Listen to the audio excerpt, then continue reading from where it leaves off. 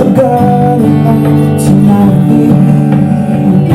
You found me now, you freed me, held up the waters of my release. Oh, Yahweh, you're the God who fights for me, Lord of every victory.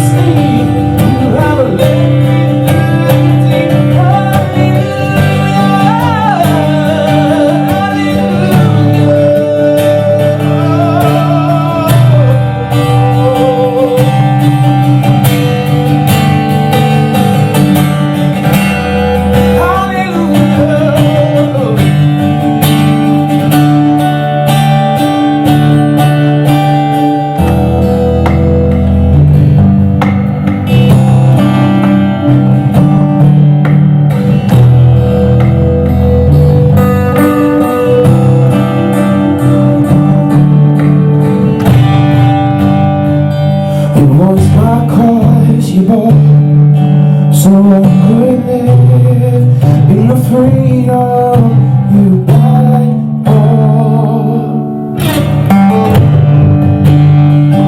And now my life is yours, and I will sing of your goodness forevermore.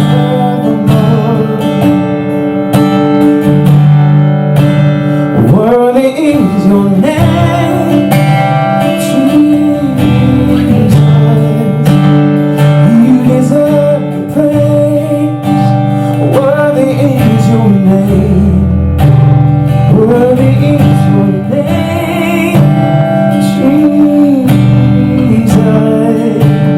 you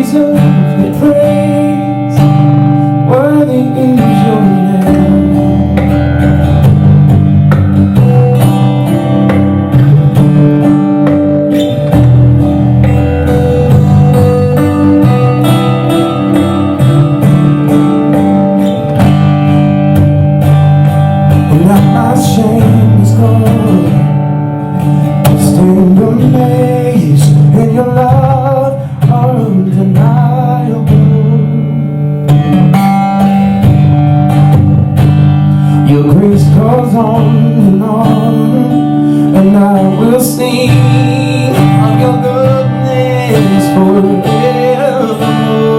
Worthy is your name, Jesus. You deserve the praise. Worthy is your name. Worthy is your name, Jesus. You deserve the praise. Worthy is your name. Worthy is your name, Jesus. You deserve the praise. Worthy is your name. Worthy is your name, Jesus.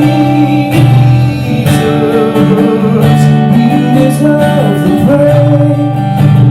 Worthy is your name.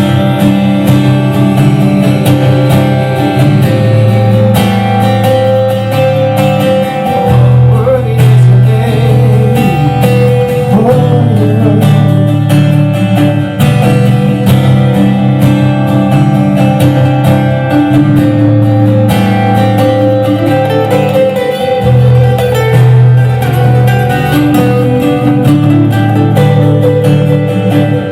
Exalted now in the heavens as your glory fills this place.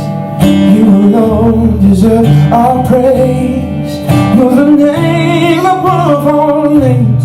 Be exalted now in the heavens as your glory fills this place. You alone deserve our praise. You're the name above all names. Be exalted now in the heavens as your glory fills this place. You alone deserve our praise.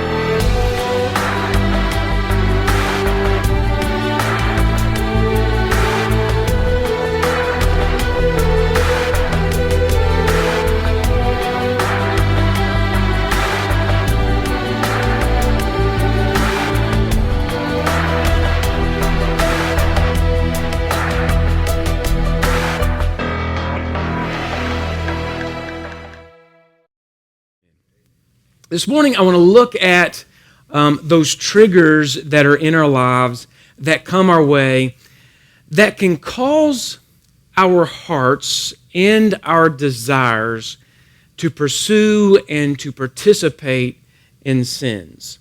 Those very sins that Christ says that we have been delivered from. I want to look at those triggers that cause us to want to return back to those sins. And today I want to look at a couple of reasons why we keep falling back into those same traps, the same traps of sin.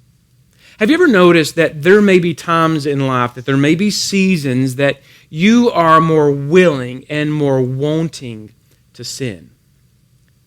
There may be moments in life in which you wonder, why do I desire to do the things that I used to do, and then you do them? Why do I continue to run to the very things that God has called me up out of? If there's one thing I hope you can remember today, it's the main takeaway, and it's this. Out of a discontent heart comes a desire for pleasure. Out of a discontent heart comes a desire for pleasure. I'm not saying that all pleasure is a bad thing, but a pleasure that goes against the will of God is a bad thing. If you have your Bible with you today, go ahead and turn to Numbers chapter 11. We're going to begin reading at verse 1. Numbers chapter 11, verse 1. And we're going to call it verse 1a. Verse 1a. And it says this, "Now the people complained about their hardships in the hearing of the Lord." That means they complained about their hardships, and the Lord heard them. "And when he heard them, his anger was aroused." Now, let's do a quick recap. Back to Exodus chapter 3, verse 9. When the people of Israel were slaves in Egypt. And in Exodus chapter 3, verse 9, it says, "And now the cry of the Israelites has reached me." This is God saying this. "And I have seen the way the Egyptians are oppressing them." God tells Moses, "I hear the cry of the Israelites. I hear them crying. I hear them wailing out to me. They're crying to me that they need and want to be delivered." And he also says, "I've seen that they are being harshly oppressed, that they're being beaten, that they're being taken advantage of. I see the problems that they face." And so God tells Moses, "I'm sending you to deliver them. I'm sending you to rescue them and to make them free." And so God delivers them. And on their way out of Egypt, heading to the promised land, God reveals himself to the people of Israel. He reveals himself to the people of Israel as their deliverer from the bondage of slavery. He reveals himself to them as their protector because he protected them from the advancement of the Egyptian army. He reveals himself as their provider because he gives them manna and water in the wilderness. He reveals himself as their promise keeper because he is leading them to a land that was swore to their ancestors. And he is revealing himself to them as a very present help because there his presence is by a cloud by day and a pillar of fire by night. So God shows himself to be their deliverer, their protector, their provider, their promise keeper, and very present help. They have been out of Egypt for about a year now when we read this in Numbers chapter 11. They have been camping out near Mount Sinai for most of that time, but now they're going to start moving forward. God now is beginning to lead Israel to the promised land. So, could you imagine camping out for about a year? How many of you like to camp? A few of you, yeah. I mean, I'll camp for a few days, but for a year in a tent, I mean, I guess that's your house, but that's a long time, right? For a year, they've been camping out near Mount Sinai for this time. But now it's time to go to the promised land. But in just a few days of going to the promised land, of moving to the place that God has for them, in just a few days, they are already complaining. It is as if God has loaded up his minivan with 2.5 million children. He's fueled up the van. He's equipped the children with food and snacks. He's put them all safely in their seats. And he says, "Come on, kids, we're on our way to paradise." And just a few moments into the trip, the kids begin to complain. They begin to murmur. They begin to complain that the seat isn't comfortable. How much longer? This trip is so long. They're bored, tired of riding. If you've ever gone on a trip with small kids, this sounds all too familiar. Literally, I think I've told you before, we came back from Florida one time. I think it was actually going and coming. Both of our little ones screamed nonstop. Okay, you're talking about that's when I lost my hair. It was crazy. All right, it was terrible. And God isn't going to put up with their complaining. God is angry. And so what does God do as he's driving this minivan filled with 2.5 million kids who are screaming, "I don't like this anymore"? God begins to swat in the back seat. His temper grows. Let's keep reading. Numbers chapter 11, all of verse 1. Now the people complained about their hardship in the hearing of the Lord, and when he heard them, his anger was aroused. Then fire from the Lord burned among them and consumed some of the outskirts of the camp. That is, God stopped the car and reprimanded them for their behavior.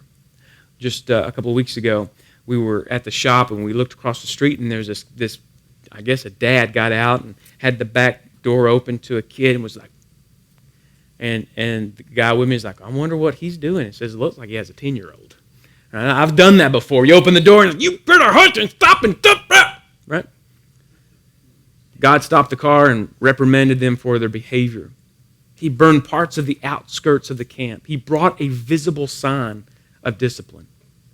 And if I've stopped the car before, you probably stopped the car before, but if I'm stopping the car, someone is going to experience the wrath of my anger. And I don't do it just to be mean. I'm not trying to be mean, but I'm trying to draw my kids back to where we are going, to remind them that while this trip may be difficult, it was provided as a gift to them, as an opportunity to experience something better than what we currently have. The wrath of my anger is to adjust their attitude. The wrath of God's anger was to adjust Israel's attitude and help them to keep their focus. Their complaining angered God because God had delivered them, protected them, provided for them, is leading them to the promised land, is their very present help. They are literally on their way to a land flowing with milk and honey, and now they are complaining because the journey is difficult. You see, back in Exodus chapter 3, when the people were in Egypt, it says the people cried out to God. They cried out to God, and they were saying, "God, we are in need of what you can do for us. God, we desire what you have for us. Only you, God, can save us and deliver us from this place that we are in." But their cry here has changed to complaining. And now they are complaining to God. And to complain is to say, "God, we don't like what you have for us.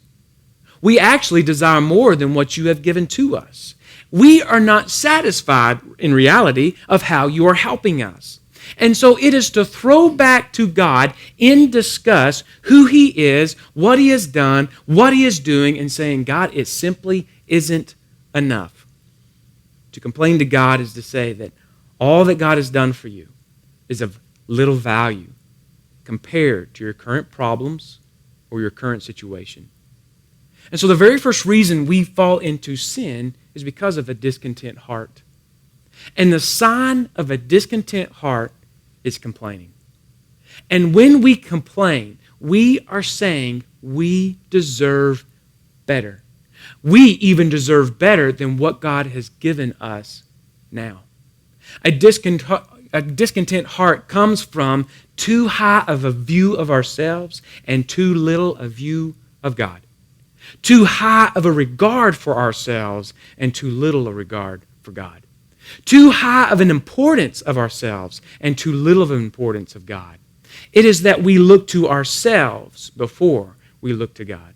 And so we complain. We complain because, like children, we are self-absorbed. It's about me. And so, like little kids in the minivan, we complain. But God has provided for us. He's proven to us. He's proven to each one of us that He has delivered us from sin, that He is our protector, that He has defeated the enemy. He is our provider. He says, look at the lilies of the field. I mean, look at the birds. Look at this. I take care of them. How much more will I take care of you? He is our promise keeper. He says, I will return. I am preparing a place for you. He is our very present help, never leaving us nor forsaking us. And yet, we can easily begin to complain about this journey of life when struggles come, when difficulties arrive, when the heartache hit, and we begin to hit against what God is wanting to do in our lives. And Jesus says in Luke chapter 6 that out of the heart, the mouth speaks. And so, are you a complainer this morning? Do you complain about what is happening around you? Do you complain about those who are in your life? Do you complain about your marriage, your struggles, your finances? Are you complaining or are you crying out to God? God, I deserve better than what you have given to me. I deserve better than this. Or do we say, God, I'm needing you. You see, this is hard right now in life, and I don't know what you're doing in this moment, but God, I'm asking that you would come and show me, that you would come and deliver me, that you would do a work in this present moment. Are you complaining saying, God has left me, or crying saying, God is all I need? Because there is a very big difference between the two. And I believe that for some of us, God is wanting to do a work in us. He is wanting to bless us, to move us from one place to another, just like the people of Israel. But each time God is wanting to do something in our lives, to move us from one place to another, it will cause us to get out of our comfort zone. And in those times, you can either cry out for God's deliverance or you can complain about God's direction. And so when your marriage is falling apart, how many of you like to hear people complain? Yeah. When your marriage is falling apart, don't start complaining to everybody around you. Start crying out for God's deliverance. When your finances are a mess, don't complain that God doesn't take care of you, that He doesn't love you, that He's not given enough to you, but cry out for His provisions. God, what are you wanting to do in this moment, in this season? When your coworkers are divisive and mean, anybody got any coworkers that are divisive and mean?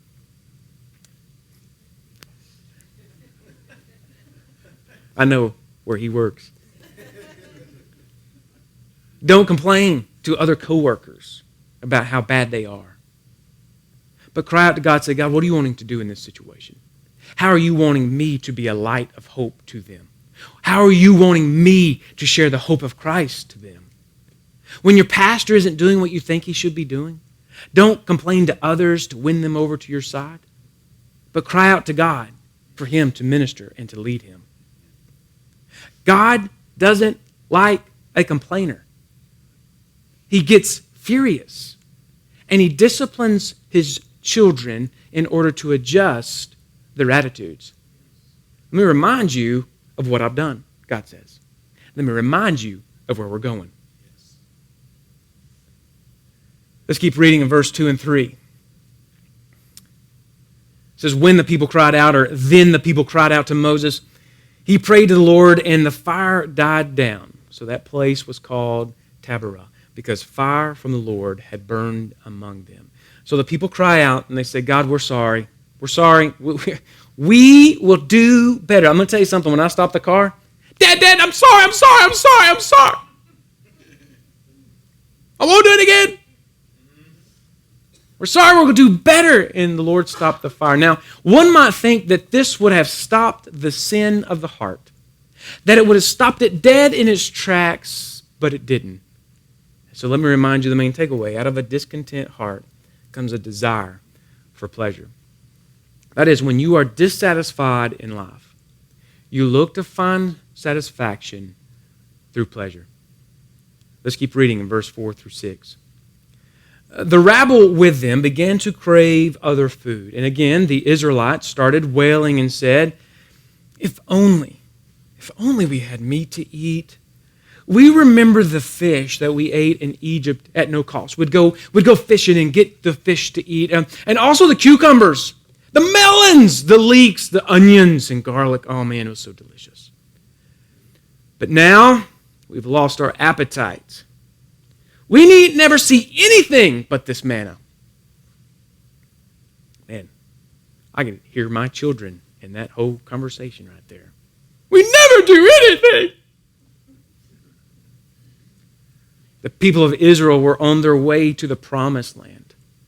On their way where God says there is an abundance of milk and honey leaked from the honeycomb. You just stand under and go, ah.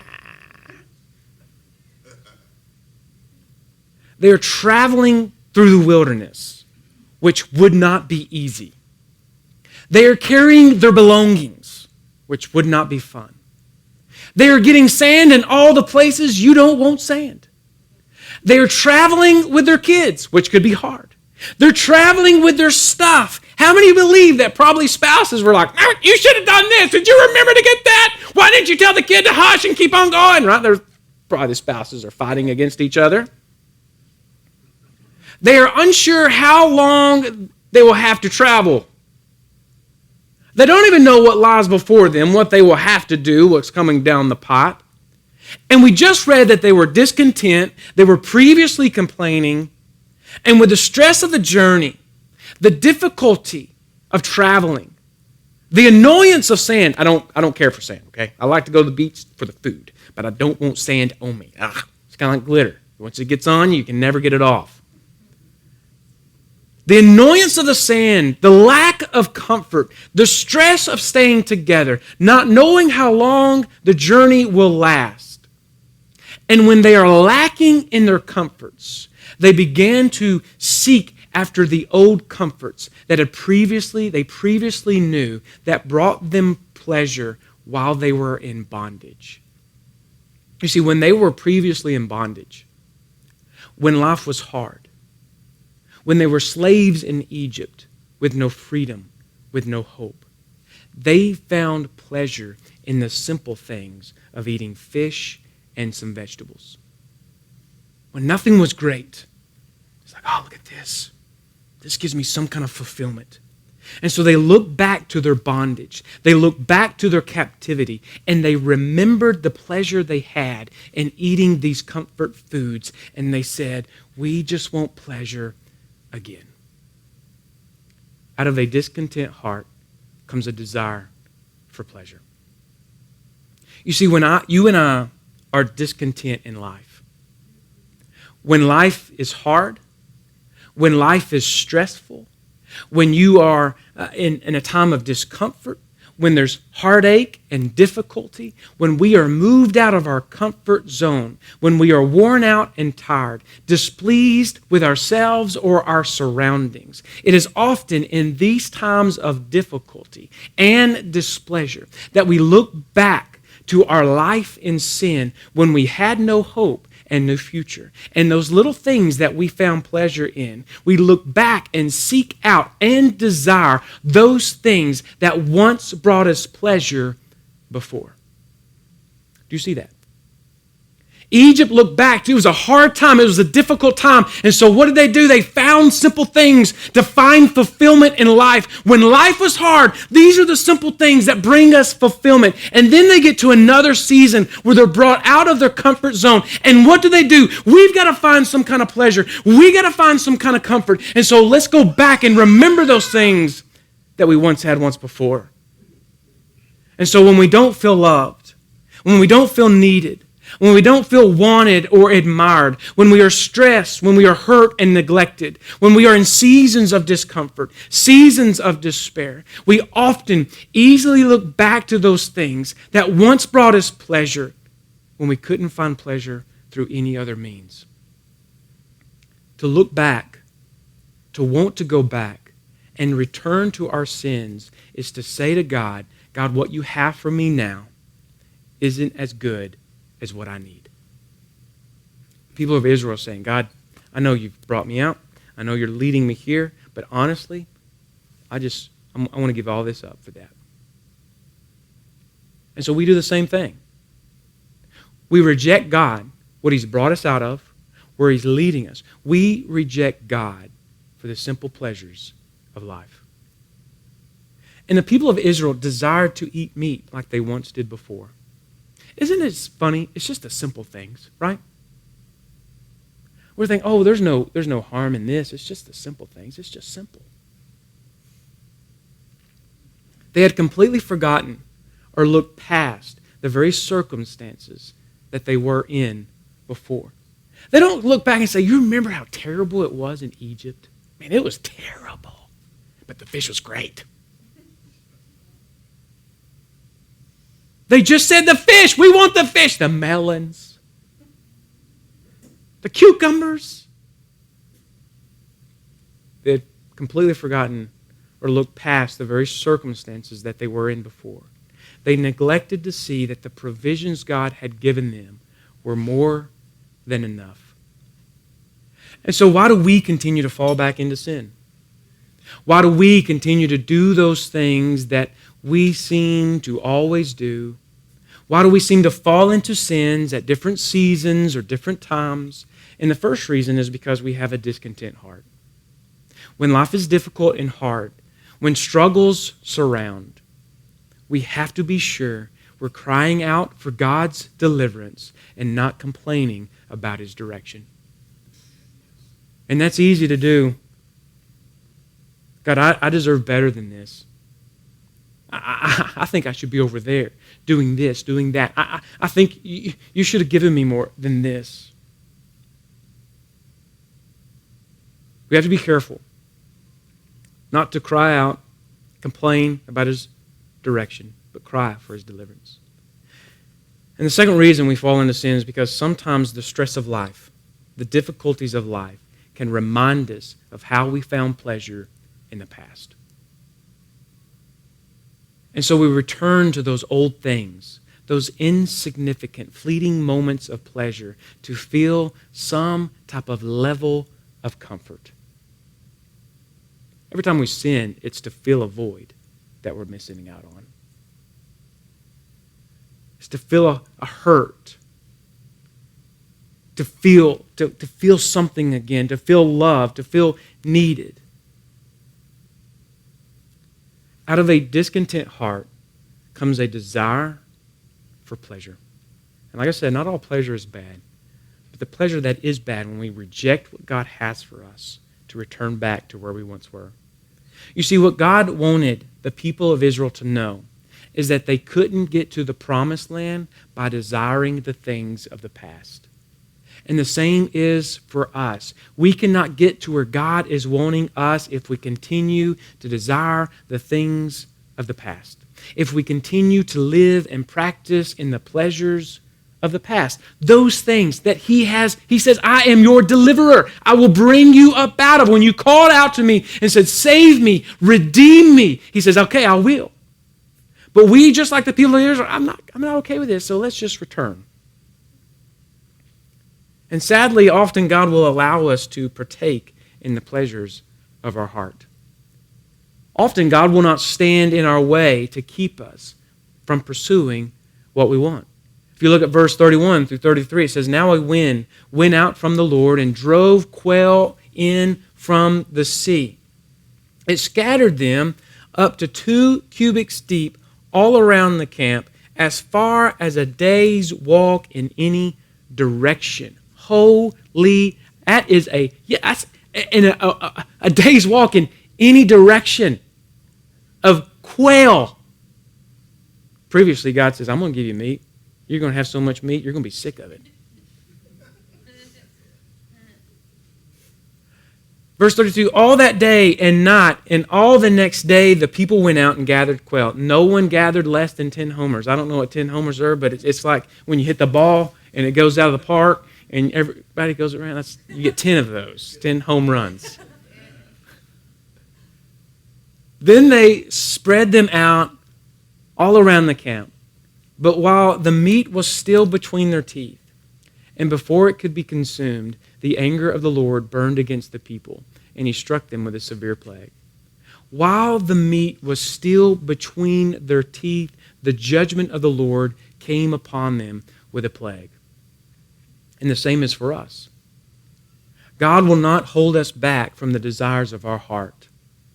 When we have a discontent heart and we seek after pleasure, and then we partake of those pleasures, we are going against the will of God, and we too will receive the consequences of those actions. When we sin as believers, we know it. We're like, ugh, why did I do that? Why am I carrying that? Ugh.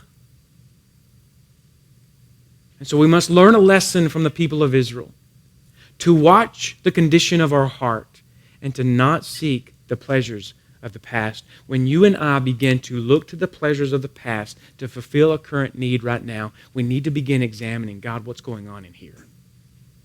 Where have I not allowed you to fill up in my life? What am I trying to replace with you, God? Because every time it's a replacement, it is saying, God, you're not meeting a need right now, so I'm going to look back and find that. So this morning I want to ask you, what is the condition of your heart? What is the condition of your heart? With all that's going on, with what you are dealing with in life, where are you now? Are you discontent? I don't like this where I am, and you're upset even maybe with God? You can quickly figure that out by what you have been saying. What have you been telling others? Maybe your friends, maybe your family. What has been coming out of your mouth? Because out of the mouth, the heart is speaking. Are you complaining or are you crying out to God? And then the condition of our heart, if it's a heart of complaining, dissatisfaction, it can lead us to desire pleasure.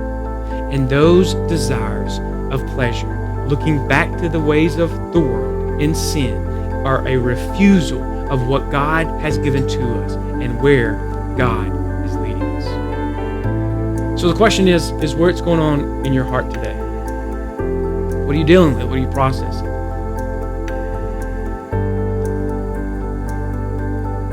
And then, if your heart is discontent, have you found yourself returning back to those simple ways of pleasure to fill a void?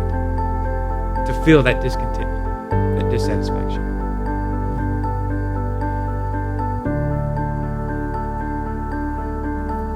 God, we thank you so much for your goodness, your love, your mercy, your grace.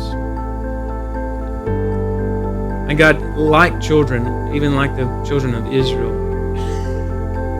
God, we can get in a place where we're between being caught up out of our sin to head into the promised land. We're right here in the middle, in the struggle, in the difficulty of life, when things are hard, when it's hard to process, when we don't know what to do. And God, it's easy to complain. It's easy for me to complain, to speak and to spew out all the things in which I feel like I deserve better. Things should be better on my behalf. It's easy to become discontent and complain. But God, I pray that you'd help us to be a people who would cry out for you. Who would cry out for you to show up, for you to move, and for you to work. And so right now, whatever you may be carrying in your life, if you are discontent and you have been complaining, I want to go ahead and ask you, would you go ahead and ask the Lord to show up and move? That He'll give you a different perspective of what's going on. That He'll help you see where you're going and what He has called you to. Can you go ahead and do that right now?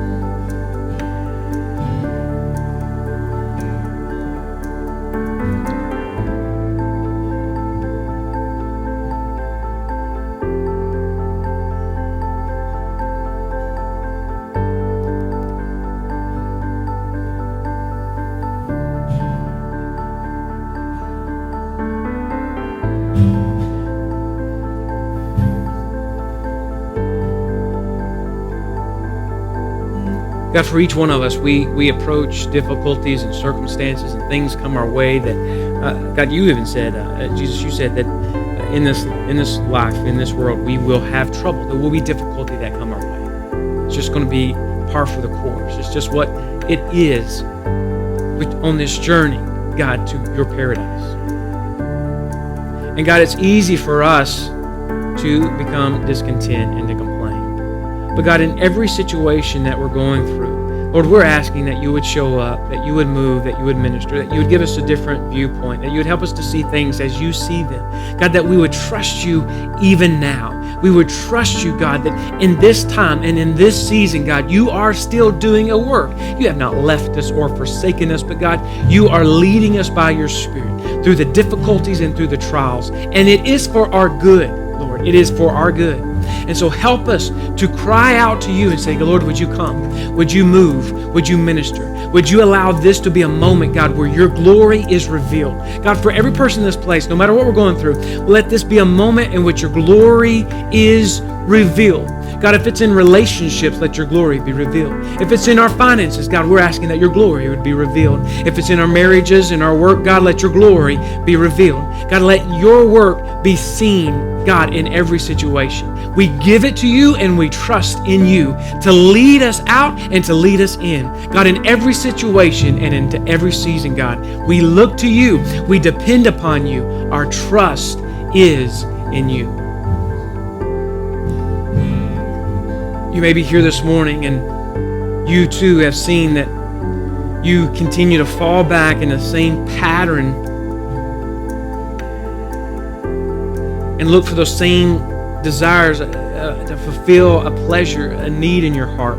And I want to pray right now that God would make those clearly evident to you. That if there are places, if there are time frames, if there are seasons, if there are instances, that God would reveal those to you so that you can see those clearly and to be able to move past them. God, I pray that in this place you would begin to reveal to every person, God, those difficulties, those moments, Lord, when they begin to look back to those things that you've delivered us out of, those sins, God, that you do not desire for us to participate in, to be a part of, God, that you've already said we've been given victory over.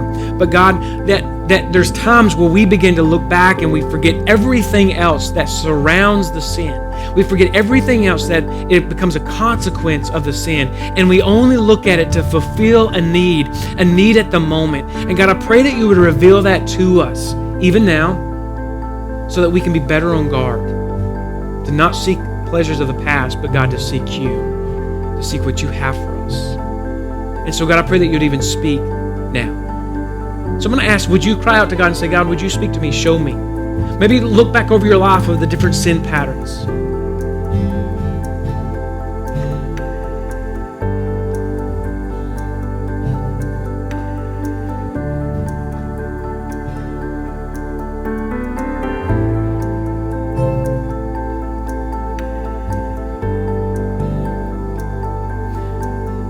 God, we ask that you'd make it extremely clear, evidently clear, God, of these areas, God, that we return back to sin. Maybe even this week, that you would sound the alarm when we begin to look back, when we begin to pursue those things for pleasure.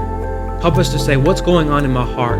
What have I not allowed God to take over and take control of and to fill up? What are those areas that I need to give to Him? God, would you make that evident?